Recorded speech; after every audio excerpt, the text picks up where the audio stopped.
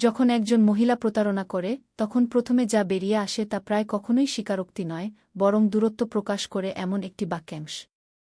আমার সময় প্রয়োজন। কখনো কখনো সে তার সুর, তার ধরন পরিবর্তন করে, কিন্তু তার সারবস্তু পরিবর্তন করে না। আমি হারিয়ে গেছি গু। আমি জানি না আমি আর কি অনুভব করছি আমি মনে করি আমরা বদলে গেছি আমার জায়গা প্রয়োজন। কি এই শব্দগুলির পিছনে একই উদ্দেশ্য লুকিয়ে আছে, তাকে অপরাধীর মতো না করে তার আবেগের কেন্দ্র থেকে আলতো করে দূরে সরিয়ে রাখা। এটি একটি অভ্যন্তরীণ পরিবর্তনের সংকেত, বিচ্ছিন্নতার একটি কোড যা আপনার প্রতিক্রিয়া পর্যবেক্ষণ করার সময় তার ভাবমূর্তি সংরক্ষণ করে। আপনি তার শব্দ নিয়ন্ত্রণ করেন না, তবে তারা আপনার মধ্যে কি জাগ্রত করে তা আপনি নিয়ন্ত্রণ করেন।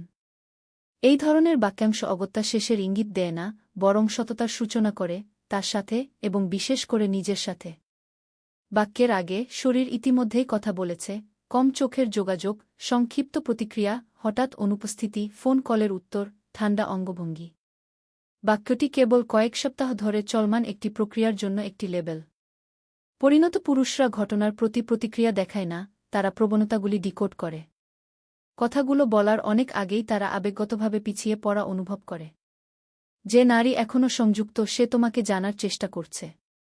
যখন সংযোগ ভেঙে যায় তখন আগ্রহ প্রশাসনিক হয়ে ওঠে।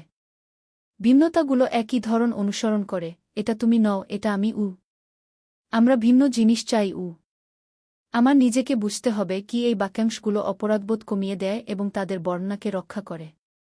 এটা বিদ্বেষ নয়, এটি প্রায়শই ভয়, লজ্জা অথবা মুখ বাঁচানোর প্রচেষ্টা। তোমার ভূমিকা বিচার করা নয়, বরং কাঠামো বজায় রাখা। এবং এই কাঠামো দুটি স্তম্ভের উপর দাঁড়িয়ে আছে, সীমানা এবং মর্যাদা। সীমানা নির্ধারণ করে তুমি কি সহ্য করো, মর্যাদা প্রযোগ করার সময় তোমার ভঙ্গি নির্ধারণ করে। ক্লাসিক ভুল হল অনুনয়। আমি কি করতে পারি? আমি পরিবর্তন করব। আমরা কি ভ্রমণে যাব? প্রতিশ্রুতির ছদ্মবেশে ক্ষতির ভয়। কিন্তু অনুনয় হল অভিনয় হারানো, এবং আকাঙ্ক্ষা কেবল সেখানেই টিকে থাকে যেখানে অভিনয় থাকে। আপনার কথাগুলি কেবল তখনই ওজন বহন করে যদি সেগুলি একটি আলোচনাযোগ্য পরিচয় থেকে উদ্ভূত হয়। দ্বিধেচেতা লোকটি উত্তর দেয়, আমি শুনছি, আমি তোমার পছন্দকে সম্মান করি, কিন্তু যা হারিয়ে যাচ্ছে তার পিছনে ছুটছি না। যদি এখনও ইচ্ছা থাকে চলো কথা বলি। যদি না থাকে আমি কঠোর অনুভূতি ছাড়াই আমার পথে এগিয়ে যাব। এটি শীতলতা নয়, এটি আত্মসম্মান। আরেকটি সাধারণ ভুল হল এই বাক্যাংশটিকে উদ্ধার অভিযানে পরিণত করা। আমরা গোয়েন্দা, বিচারক বা ভীতু হয়ে উঠি। আমরা যত বেশি নিয়ন্ত্রণ করার চেষ্টা করি ততই আমরা নিজেদেরকে ক্লান্ত করি। আপনার শরীর, আপনার কাজ বা আপনার বিশ্বাসকে পুষ্ট করার জন্য যে শক্তি থাকা উচিত তা ঈর্ষার দ্বারা মিশে যায়। যখন আপনি আপনার ভারসাম্য হারিয়ে ফেলেন তখন আপনি বিভ্রান্তিকর সংকেত পাঠান, এবং কেউ একজন ভারসাম্যহীন মানুষকে সম্মান করে না।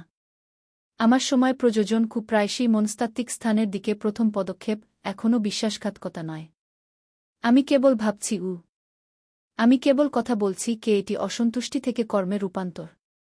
আপনাকে তাকে আটকে রাখতে হবে না, বরং আপনার নিজস্ব স্থান তৈরি করতে হবে। আত্মনিয়ন্ত্রণ, ফলপ্রসূ নীরবতা, পুরুষালী ধৈর্য। হয়তো সে কেবল হারিয়ে গেছে, হয়তো বাইরে অন্য কেউ আছে, অথবা হয়তো সে কেবল অর্থ খুঁজছে। যাই হোক না কেন তোমার অবস্থান একই থাকে, উপস্থিতি এবং স্পষ্টতা। স্বচ্ছতা দায়িত্ববোধ থেকে জন্ম নেয়, চাপ থেকে নয়। যখন কেউ দুটি দরজা খোলা রাখতে চায় তখন কথোপকথনটি ধোঁয়াশাচ্ছন্ন হয়ে ওঠে, হয়তো আমরা দেখব। আমি নিজের উপর মনোযোগ দিতে চাই। প্রতিষেধক হল নির্ভুলতা এবং ধারাবাহিকতা। কতদিন? তখন কি বদলে যাবে যদি উত্তর আমাদের এড়িয়ে যায়? নীরবতা ইতিমধ্যেই কথা বলে ফেলেছে। এবং আমরা নীরবতার বিরুদ্ধে লড়াই করি না, আমরা এর চারপাশে নিজেদের সংগঠিত করি। প্রশান্তি উদাসীনতা নয়। উদাসীনতা ব্যথাকে অস্বীকার করে, প্রশান্তি নিজেকে না হারিয়ে এর মধ্য দিয়ে চলে। আমরা কাঁদতে পারি, অনুভব করতে পারি, কিন্তু আমাদের বিচরণ ধরে রাখতে পারি। আবেগ বাতাস, সাহস, নোঙর, মূল্যবোধ ব্যথার মধ্যেই প্রমাণিত হয়। সেখানেই একজন মানুষ দেখায় যে তার পুরুষত্ব কারাগার নয়, বরং একটি দিক। অবিশ্বাসের মুখোমুখি হয়ে ক্ষতগুলির তালিকা নেওয়ার কোনো মানে হয় না। দেখুন, বুঝুন, সিদ্ধান্ত নিন। আমি দেখেছি, আমি বুঝতে পেরেছি। তারপর আপনার কাঠামোর উপর নির্ভর করে স্বচ্ছতা এবং সমর্থনের সাথে পুনর্নির্মাণ করুন, অথবা শ্রদ্ধার সাথে ঘনিষ্ঠ হন। দৃঢ়তা তখনই জন্ম নেয় যখন আপনার মন ইতিমধ্যেই আপনার হৃদয়কে বিশ্বাস করিয়ে ফেলে। একই চক্রে ফিরে না যাওয়ার জন্য আপনার সরঞ্জামের প্রয়োজন, সীমানা, মর্যাদা, মানসিক শৃঙ্খলা। এই স্তম্ভগুলি একটি ব্যক্তিগত সংস্কৃতি গঠন করে। সংস্কৃতি ছাড়া একটি সিদ্ধান্ত পুনরায় ফিরে আসে। কখনো কখনো হ্যাঁ, এটি কেবল ক্লান্তি। জীবন আপনার উপর ভারগ্রস্ত হয়, মন পরিপূর্ণ হয়। কাঠামোর সাথে প্রতিক্রিয়া করুন, আতঙ্ক নয়। সময় হ্যাঁ, কিন্তু কিসের জন্য এবং কখন পর্যন্ত? সুস্থ সময়ের একটি উদ্দেশ্য এবং একটি সময়সীমা থাকে। বাকিটা একটি অচল পরিণতি। একজন প্রাপ্তবয়স্ক সম্পর্ক চুক্তির উপর ভিত্তি করে তৈরি হয়, অনুমানের উপর নয়। চুক্তি ছাড়া একজন ব্যক্তি অপেক্ষা করে বেঁচে থাকে, অন্যজন পালিয়ে যায়। এটি প্রেম নয়, এটি একটি ভারসাম্যহীনতা।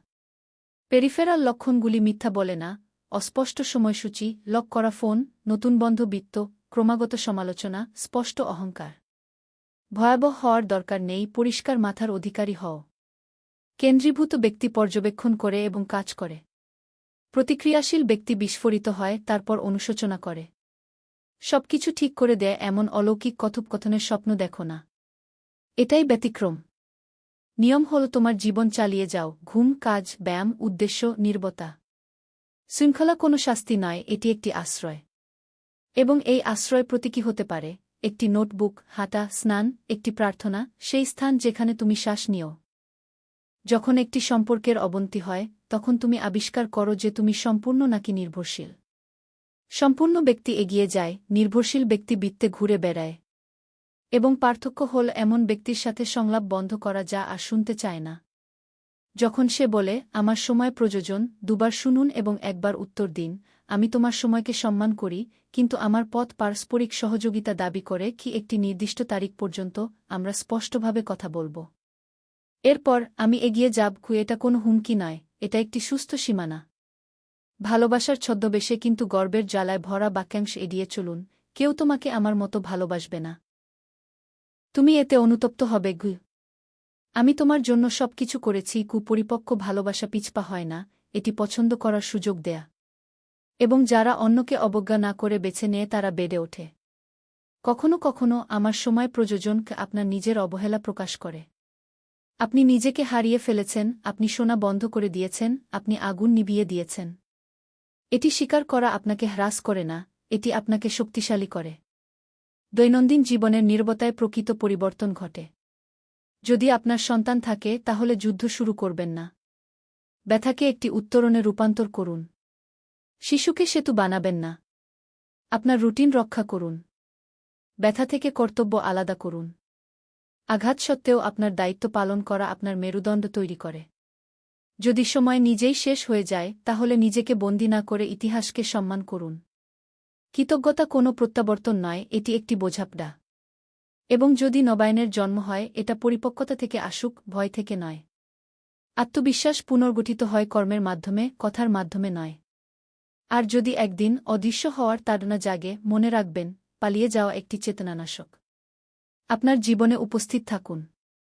দৌড়ান, পরিষ্কার করুন, পড়ুন, প্রার্থনা করুন, বাঁচুন। আপনি ভাস্কর এবং উপাদান উভয়ই। আজ আপনার যা আছে তা নিয়ে কাজ করুন। আপনার সুর না হারিয়ে ঝড়ের মুখোমুখি হওয়ার মধ্যে সৌন্দর্য রয়েছে।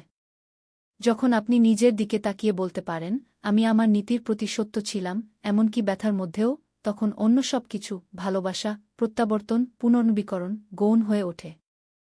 এই বাক্যটি আপনাকে পথ হারিয়ে ফেলতে পারে, অথবা এটি নিজেকে আবার খুঁজে পাওয়ার সুযোগ হয়ে উঠতে পারে। এটি লিখুন, সিদ্ধান্ত নিন, এগিয়ে যান। মন্তব্যে এটি লিখুন, আমি আমার সীমাকে সম্মান করি। যদি আপনি থেকে যান, এটি দুর্বলতা নয়। যদি আপনি চলে যান, এটি শীতলতা নয়। এটি পরিপক্কতা। এই অভিজ্ঞতা আপনাকে পলিশ করতে দিন, আপনাকে শক্ত না করে।